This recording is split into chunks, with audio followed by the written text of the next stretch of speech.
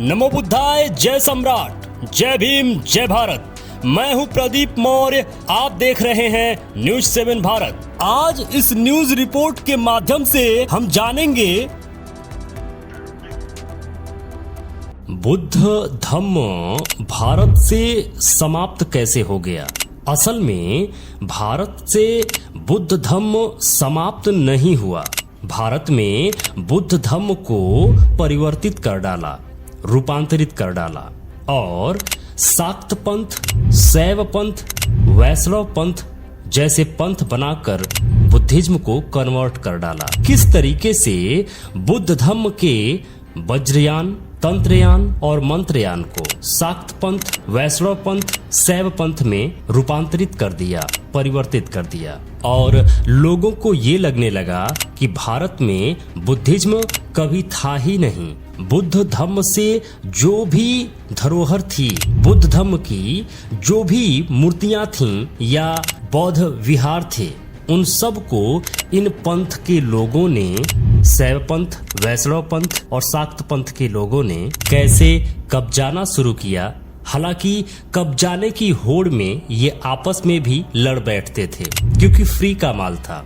इस news report के माध्यम से आप पूरी तरीके से समझ पाएंगे कि असल में बुद्ध धम्म के साथ इस देश में क्या हुआ ऐसा कि हमको अब लगने लगा कि भारत में बुद्धिज्म कभी था ही नहीं, या था तो कहाँ गायब हो गया। भारत से बुद्धिज्म कभी समाप्त नहीं हुआ, बल्कि उसको रूपांतरित करके, परिवर्तित करके अपना धंधा बना लिया।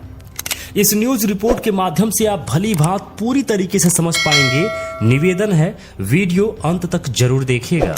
बुद्ध धम्म में जब दो परंपरा बन गई थी, एक थेरवाद यानी हीयान, दूसरा महायान।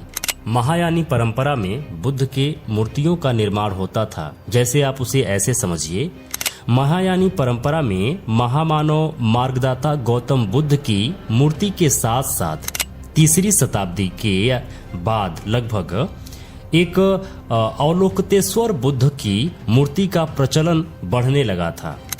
उसी अवलोकतेश्वर बुद्ध की विभिन्न मुद्राओं में मूर्तियों के चलते 700 ईस्वी के बाद से इस महायानी परंपरा का रूपांतरण क्रमशः वज्रयानी, तंत्रयानी को बदलकर शाक्त पंथ, शैव पंथ, वैष्णव पंथ जैसे अनेक शाखाओं में होने लगा था। रामानुजाचार्य ने अवलोकतेश्वर बोधिसत्व से प्रभावित होकर अवतारवाद की अवधारणा पर वैष्णव पंथ की स्थापना की थी।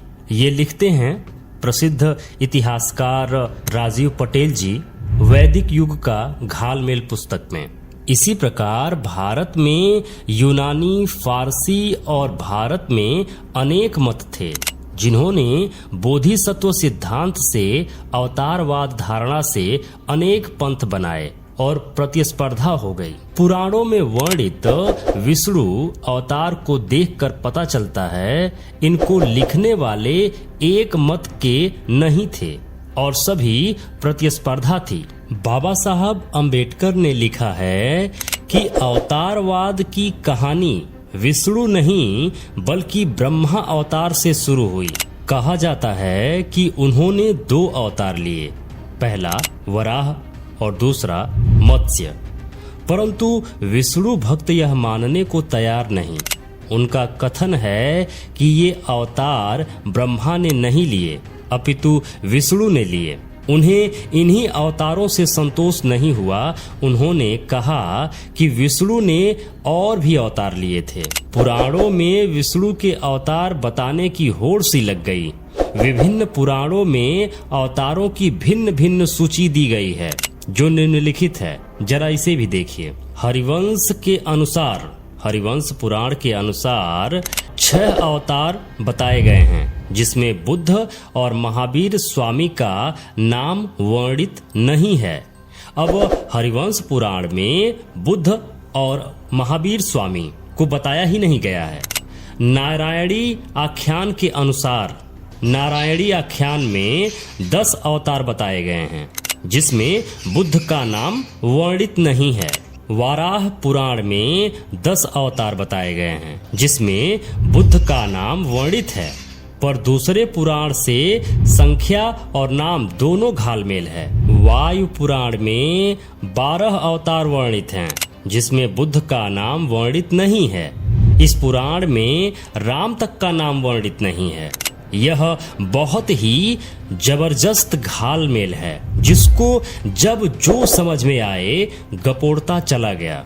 इसी तरह भागवत पुराण में अवतारों की संख्या 22 हो गई। अवतारों की संख्या और क्रम सभी में अलग अलग हैं। विष्णु के अवतारों की संख्या 6 से बढ़कर कहीं कहीं 24 तक हो गई।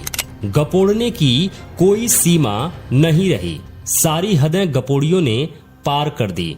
जिसको जब समझ में आया, जैसे समझ में आया, गपोड़ता चला गया। स्कंद पुराण सर्वप्रथम उत्पन्न होने को लेकर विष्णु और ब्रह्मा में युद्ध की कथा तक मिलती है। फिर महेश यानी शिव प्रकट हुए।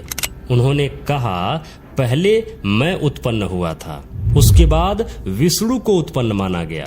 ब्रह्मा के अनुयायियों ने शिव की सहायता से विष्णु द्वारा ब्रह्मा का स्थान छीन लेने पर बदला लेने की ठानी। इस तथ्य से पता चलता है सभी मत के अनुयायी अपने अपने नेता या देवता को प्रतिस्पर्धा के चलते श्रेष्ठ बताना और बड़ा दिखाने का प्रयास प्रचार प्रसार में लगे रहे थे। यानी अपनी अपनी दुकान का प्रोडक्ट बहुत ही आगे बढ़ चढ़कर दिखाने और बताने में लगे हुए थे। यह स्रोत मैं आपको बता रहा हूँ, हिंदू धर्म की पहेलियाँ नामक पुस्तक, जो कि बाबा साहेब अम्बेडकर द्वारा लिखित है। 1200 ईस्वी के आसपास गौतम बुद्ध को विष्णु का अवतार घोषित किया गया इन के द्वारा। जब इनको समझ में आया कि बुद्ध को मिटाया नहीं जा सकता है, जब तक यह मिटा सके तब तक मिटाए, लेकिन भारत के कण कण में बुद्ध बसे थे और बुद्ध को यह समाप्त नहीं कर सकते थे। तो क्या था, इन्होंने अपने व्यापार में बुद्ध का नाम भी शामिल कर लिया और बुद्ध के नाम पे भी यह अपना धंधा चलाने लगे। गौतम बुद्ध ने बड़े ही आश्वस्त होकर खुद कहा था कि सूर्य, चंद्रमा और सत्य बहुत ज्यादा दिनों तक छुप नहीं सकते। आज वही दौर आ गया है कि इन का बनाया एक एक जाल खोला जा रहा है, जिनमें इनके कुकृत्यों की कुंडली आपके सामने लाई जा रही है।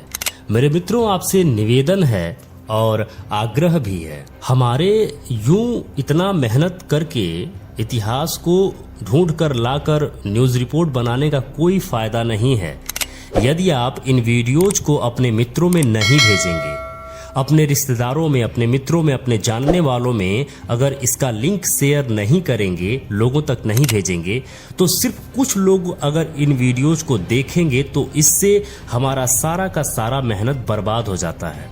तो प्लीज, अगर हम इतना रिस्क लेके यह कार्य कर रहे हैं तो कम से कम आप अपने कर्तव्यों का पालन जरूर करिए।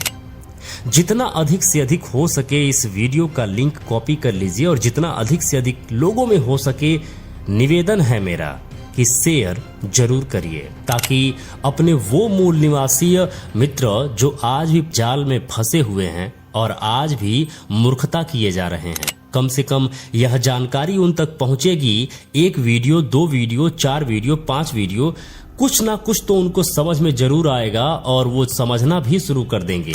और जैसे आज आप सच्चाई जान चुके हैं, वो भी जान जाएंगे। आप से सिर्फ इतना निवेदन है कि जितना अधिक से अधिक हो सके इस वीडियो को शेयर जरूर कर दीजिएगा। मेरे मित्रों, यदि आप चाहते हैं कि हम और हमारी टीम इसी तरीके से रिसर्च करते रहें, इसी तरीके से आपके लिए कंटेंट बनाते रहें, तो प्लीज निवेदन है, डोनेशन जरूर करें। स्कैनर स्क्रीन पर लगा हुआ है, स्कैन करके डोनेशन जरूर करें। जो भी मित्र अभी तक इस चैनल को सब्सक्राइब नहीं किए हैं, प्लीज निवेदन है, अभी के अभी चैनल को सब्सक्राइब कर लीजिए। लाइक करके हमारा उत्साह जरूर बढ़ाया करिए। कमेंट बॉक्स में जरूर लिखा करिए कि ये वीडियो आपको कैसा लगा। जो भी मित्र अभी तक इस चैनल पर बने हुए हैं, ये वीडियो देख रहे हैं, आप सबको बहुत बहुत मंगल कामनाएं। नमो बुद्धाय, जय भारत।